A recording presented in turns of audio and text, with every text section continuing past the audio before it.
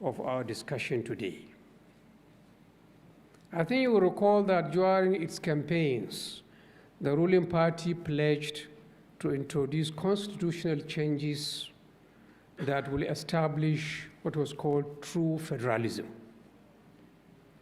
Indeed, it even set up a committee headed by Governor Nasir El-Rufai of Kaduna State, which in its own recommendations accepted many of the popular ideas of restructuring, including state police, revised formula of revenue sharing, and the abolition of the local government tier, as we know it today. According to Chief Shogun Oshoba, the gentleman you recall was the former governor of Ogun State, and one of the leading lights of the APC, the El-Rufai report was actually discussed, adjusted, and adopted at all levels of the party, including the all-powerful National Executive Committee. But not much has been heard about the El-Rufai report since the APC was re-elected to a second term, I think about 2 years ago now. Indeed, Oshoba said that he's shocked that, and I'm quoting him here, that some people sat on the report, which in actual fact had gone through all the organs of the party, which had in attendance the president and the governors. This is the end of quote. Well, there is another election coming soon to Nigeria, and I think the APC has to do with this hot potato. We at the Daily Trust are making our own contribution to this by putting together this exceptional panel, which has both depth and breadth to offer such insights and ideas.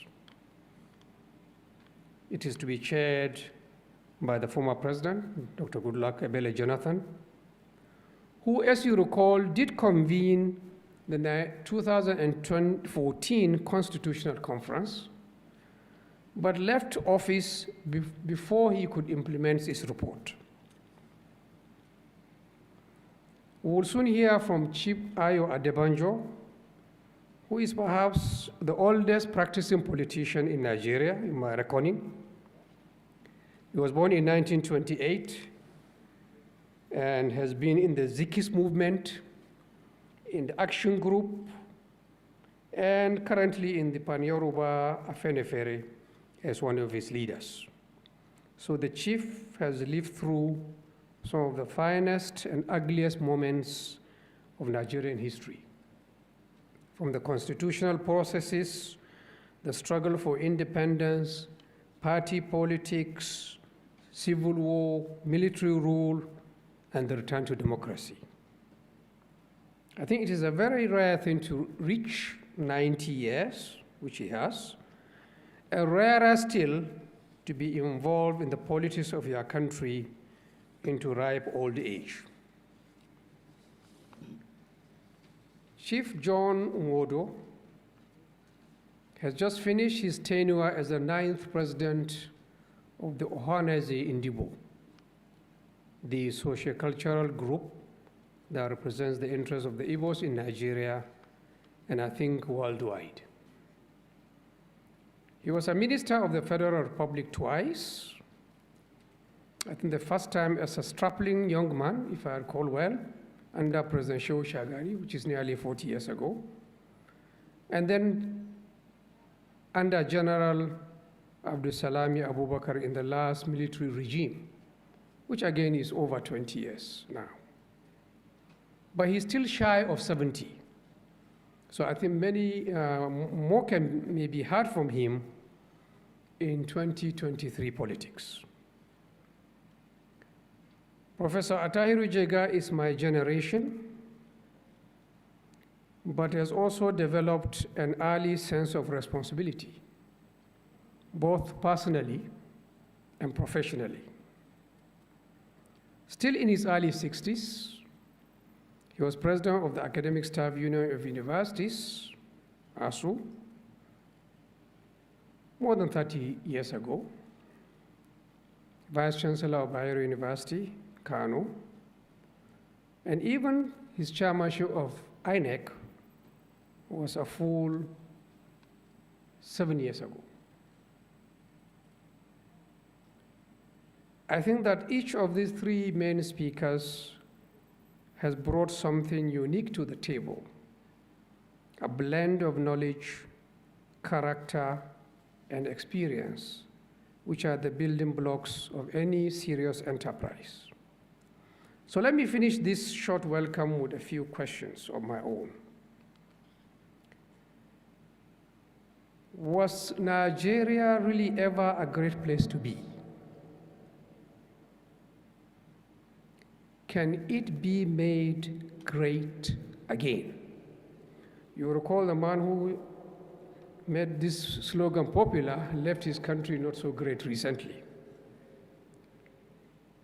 What is at the heart of our national dilemma? Is it the structure or the culture? Is the problem the absence of any particular set of laws or the prevalence of much lawlessness?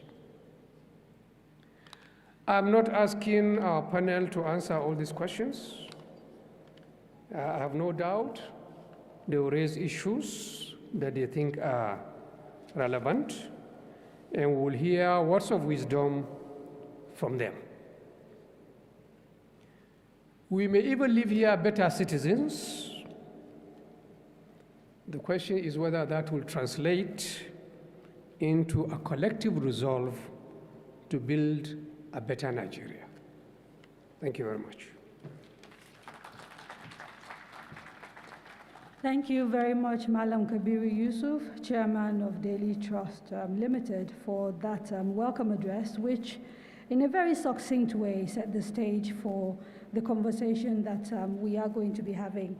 Before I call on our distinguished chairman, His Excellency Dr. Goodluck Ebele Jonathan, for his opening address, let me quickly acknowledge the presence of His Excellency Chief Mike Ogiadome, the former Chief of Staff, His Royal Highness King A.J. Turner, the Obanema of Opume, Honorable Labaran Marco, Nigeria's former Minister of Information, Honorable Ishaku Bawa, former Chief Whip, House of Representatives. And like I said, as the day unfolds, we will be recognizing a few other people. It's important to say that some of them are physically here, others are joining us virtually. Mala Murtala Aliyu, Secretary General of the ACF, Alhaji Khalil Bolaji, Secretary General, North Central States People's Forum, Honorable Mohammed Sani Zoro, Member, Northern Reawakening Forum, Alhaji Yusuf Hamisu Abubakar, Member, Northern Reawakening Forum, and His Excellency, Mr. Mohammed Ali Bak, the Ambassador of the Islamic Republic of Iran in Nigeria, His Excellency, Mr. Kalilu Traore, Ambassador of the Côte d'Ivoire to Nigeria, are all with us here today, as well as Dr. Hakim Baba Ahmed. And we will come back to recognizing the presence of other people as the program unfolds.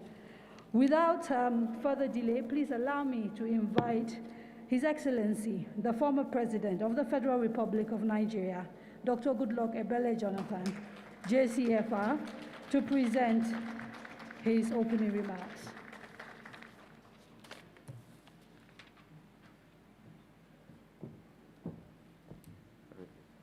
Thank you. Please be seated.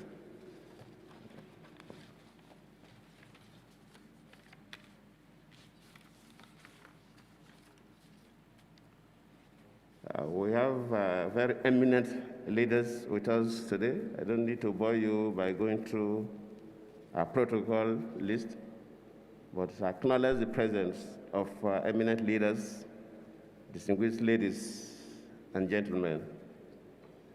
I commend the Daily Trust Media Group for keeping up with this dialogue series for the past 18 years. As a media organization, you have been doing a lot to contribute to nation building. But let me admit that some of your editorials are sometimes tough on leaders. And the chairman of the board also attests to that.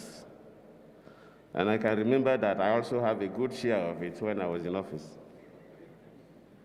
I understand that Hall was in a bid to guide the efforts towards building a greater country for us all. And as leaders, we have a duty and responsibility to listen to all voices, no matter how bitter some might sound to us. Today, you have brought us together to have a conversation on restructuring, which is one of the major issues in our national discourse.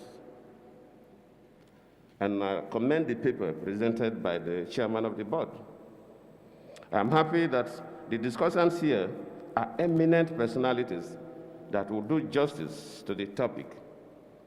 I commend the Daily Trust Media Group for bringing these eminent Nigerians together to brainstorm on this topical issue that has seized the attention of our country.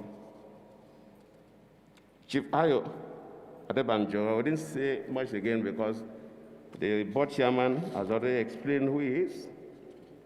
A leader of the Afenifere, prominent member of the Zekis movement, attended most of our conferences that were conferences designed to shape this country. Chief John Nia Wodo, of course, just left the Indigo Cultural Organization as the national president, and now the leader of the Southern and Middle Belt Forum. We commend you and congratulate you for this your new assignment. Of course, Atairu Muhammadu Jega, because he was the chair of INEC, so everybody knows so much about him, because he's a professor of political science, so I know it will lead us through. And when he was the president of the Academic Staff Union of Universities, it was a period when civil society confronted the guns. So he knows it all. The concept of restructuring is not new to us as Nigerians. Before the Civil War, Nigeria operated with 4 regions. At the onset of the war, General Yakubu Gowon, then head of state, thought that running Nigeria under the regional structure posed a threat to the unity and sovereignty of our country. So he opted to restructure Nigeria into 12 states. There were mixed reactions, for and against, across the nation by our people. But at the end, the 12-state structure remained. What General Yakubu did in a war situation preserved our nation and saved us from disintegration. A nation is an organic being whose life is characterized by reforms, adaptation, and structural changes. At independence in 1960, the population of Nigeria was about 45 million. And our early leaders and the British colonial government decided that the young nation was too vast and complex to be governed centrally from Lagos.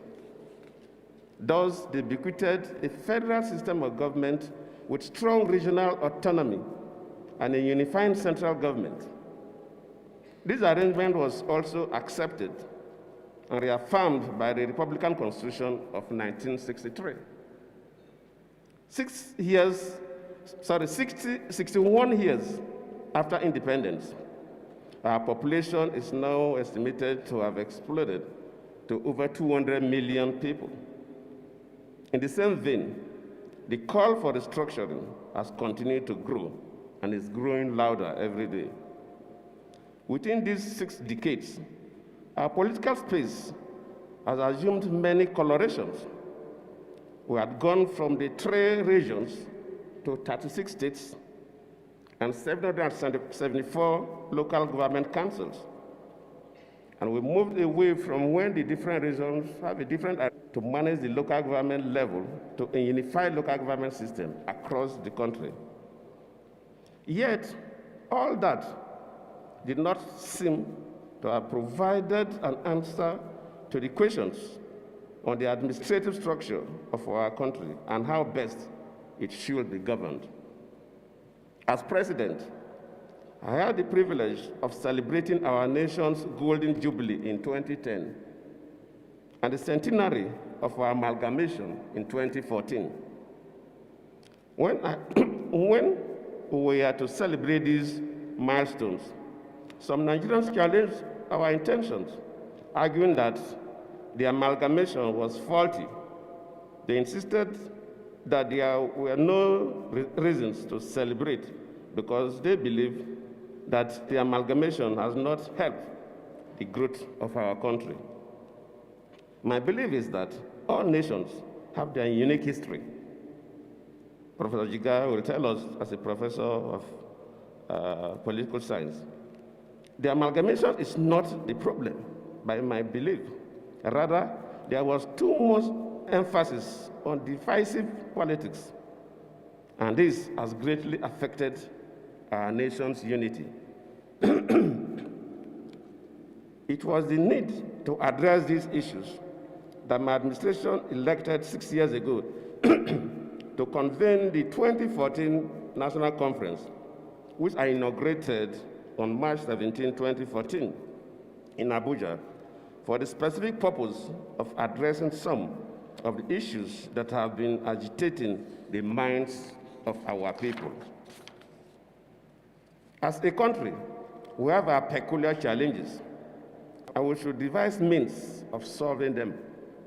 But we should not continue to vent our spleen on the amalgamation. As Shakespeare in Julius Caesar said, the fault is not in our stars, but in ourselves. My conviction is that discussion on restructuring will not help except we restructure our minds, because some of the challenges or some of the challenging issues at the national level still exist at the state and local levels. In Nigeria, it's very easy for people to point at the central government because I was there and I felt the pulse. But sometimes what is happening at the center, it also happens at the state level, at the local government level, and sometimes even in our communities. There are some states that, based on the part of the map of the state that you come from, or the language you speak, or how you worship your God, you can't even try to contest election as a governor. Nobody will even look at you. Go through how our states conduct their local government elections. For example, in this country, Jiga will know more because he was the chair of INEC. There are some states that when the national electoral body conduct the general elections, opposition parties could win some seats in the state assembly. They could win some seats in the National Assembly, both House of Rep and Senate. But when we get to the local elections that the state governors will conduct, those parties that probably even have one senator and some 2-3 members of House of Rep and some 5 members of the state assembly can't even win a councillorship seat. Not to talk about a chairmanship seat. Do we need restructuring to solve that anomaly? And how do we restructure to make sure that those things don't happen again? This shows that restructuring alone may not solve all the anomalies in our system. I believe that restructuring for a better nation is good, but there are other fundamental issues we should also address. We cannot restructure in isolation without tackling the challenges that polarize our nation. These include nepotism, ethnic and religious differences, as well as lack of patriotism. The issues of tribe and religion have continued to limit our unity and progress as a nation. Let me tell you a bitter experience. I cannot say a bitter experience, but funny conversation I had with a teacher. He happens to be one of my former students. And as I left office, I was freer, so more people can come to me. And he said, Mr. President, what we are seeing in some of the schools, especially around Abuja and some of these areas, is that sometimes, even at the primary level, it's so difficult for Muslim children and Christian children to sit together and play. There is this kind of mutual suspicion. It may not be happening in all the schools, but a teacher told me, and I felt it because I know most of us here who attended schools in those days, primary school and secondary schools, that Muslims and Christians stay together and there were no mutual suspicion. You don't see any of them as an enemy. And it reminds me some time ago when I read a short story by the late Gabriel Okara on children literature. It's a story titled Little Snake and Little Frog. And that story goes that there was a day the little frog, the baby frog and the baby snake went to play, and they enjoyed themselves playing. And both of them went home. And when Mama Frog asked Little Frog, who did you play with? I said, oh, I played with a little snake. Then Mama Frog warned, look, those are the people that eat us. Don't play with, run, when you see them, run away. And when the baby snake went home, the mama snake also asked, who did you play with? And the baby snake said, I play with Little Frog. And the mama snake said, that is our food. When next you see, just eat it. The following morning, baby frog and baby snake went out again. They met somewhere. From a distance, baby frog stopped, was no longer moving. Now baby snake said, come, let us play, come. Then the baby frog said, no, what your mom told you, my mom also told me. And baby frog turned back and started running back home. Some of our conversations in this country is taking the dimension of baby frog and baby snakes. We are making our children to hate themselves instead of our children coming together collectively to build a nation. Leadership is like giving care to a sick person. Society and individuals are almost the same.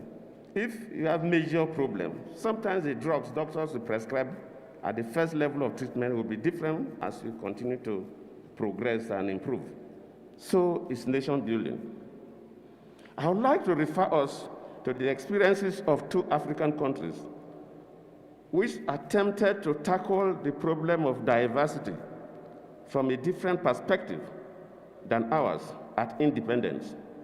Tanzania, under the leadership of Julius Nyerere, and Ghana under Kwame Nkrumah. I may not go to specifics because there are professors of political science here. They went to the extreme to advocate one-party state, which leaned towards the left. They were first a bit to the left. Both leaders emphasized strong national governments to promote national unity and patriotism, which departed from our own regional approach, which was based on strong regional parties and political competition for power between the regions.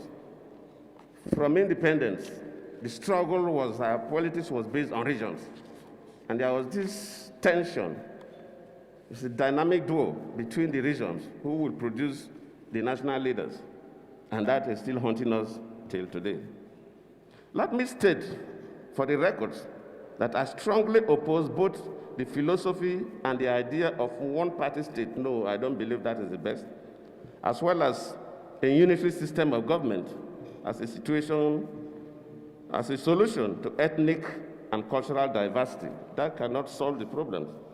I believe that federalism and liberal multi-party democracy offer by far the best opportunities for good governance in a multi-ethnic nation like Nigeria. Yet, it is obvious that the initial emphasis of Tanzania and Ghana on promoting national unity, patriotism among citizens, and strong national parties that cut across ethnic, regional, and religious divides, and leadership orientation that promotes fairness, justice for all, and love of country have helped both Ghana and Tanzania in their journey of nationhood. It has helped them to better manage some of the extreme ethnic and religious divisions that have dampened the unity and progress of our own country. I remember last October, I was in Tanzania. I led the African Union team to observe their elections. And I had a conversation with the foreign minister, a cerebral professor of law, quite a senior person. And he told me, we were looking at the Nigerian structure and the Tanzanian structure. I said that he worked with Julius Nyerere, that sometimes some people don't know why Julius Nyerere opted for a one-party state. As at that time, Tanzania was a very complex country, so many tribes, so many languages. And they have two major religions, Christianity and Islam. In Tanzania main area, Christianity and Islam is almost like 50-50. But Zanzibar, which is a semi-autonomous part of Tanzania, Muslims are just about 80 or even 80-something%. Christians, I believe, less than 20%. So you have that kind of structure. So that Julius Nyerere said he was going to do two things to unite his country. First was one-party state, that if he takes multi-party, some parties will take religious angles and polarize the country based on religion. Some parties will take ethnic lines and will polarize the country based on ethnicity. Then the second thing he did was, these multiple languages they were speaking will not help them. And that he has to encourage one major language. And luckily for him, which in Nigeria we don't have, we have Pan-East African language, the Swahili. So encourage the teaching of Swahili at the primary and the secondary level, to the extent that all their textbooks were translated into Swahili. So Swahili and English become the lingua franca, and they emphasize more on Swahili that is even spoken by some of the tribes. So everybody now speaks Swahili. So in national conversation, they use Swahili. Even if you go to observe election, anybody, you can talk with anybody if you understand Swahili. Some after finishing secondary school, they are not even so fluent in English, but everybody speaks Swahili. So that one-party system and the common language that all of them use, try to unify them. They still have their political problems, but it's not based on religion, it's not based on tribe. But well, just like I say, every society evolves.